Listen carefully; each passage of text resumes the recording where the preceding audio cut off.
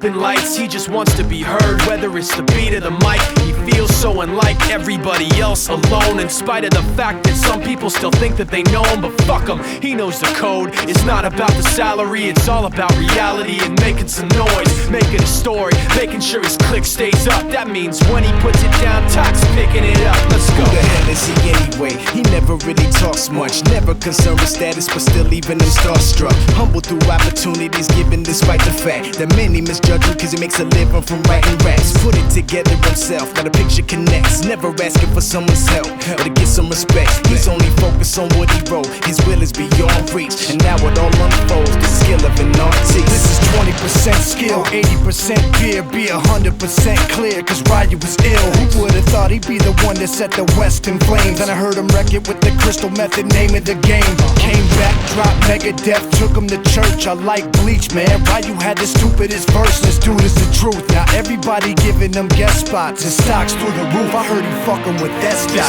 This is 10% luck, 20% skill, 15% concentrated power of will, 5% pleasure, 50% pain, and 100% reason to remember the name. They call him Ryu, he's sick and he's spitting fire. And Mike got him out the dryer, he's hot. Found him in Fort Minor with top, but a fucking nihilist porcupine. He's a prick, he's a cock. The type women wanna be within rappers, hope he gets shot. 8 years in the making, patiently waiting to blow. Now the record with your notice taking over the globe. He's got a partner in crime, his shit is equally dope. You won't believe the kind of shit that comes out of this kid's throat.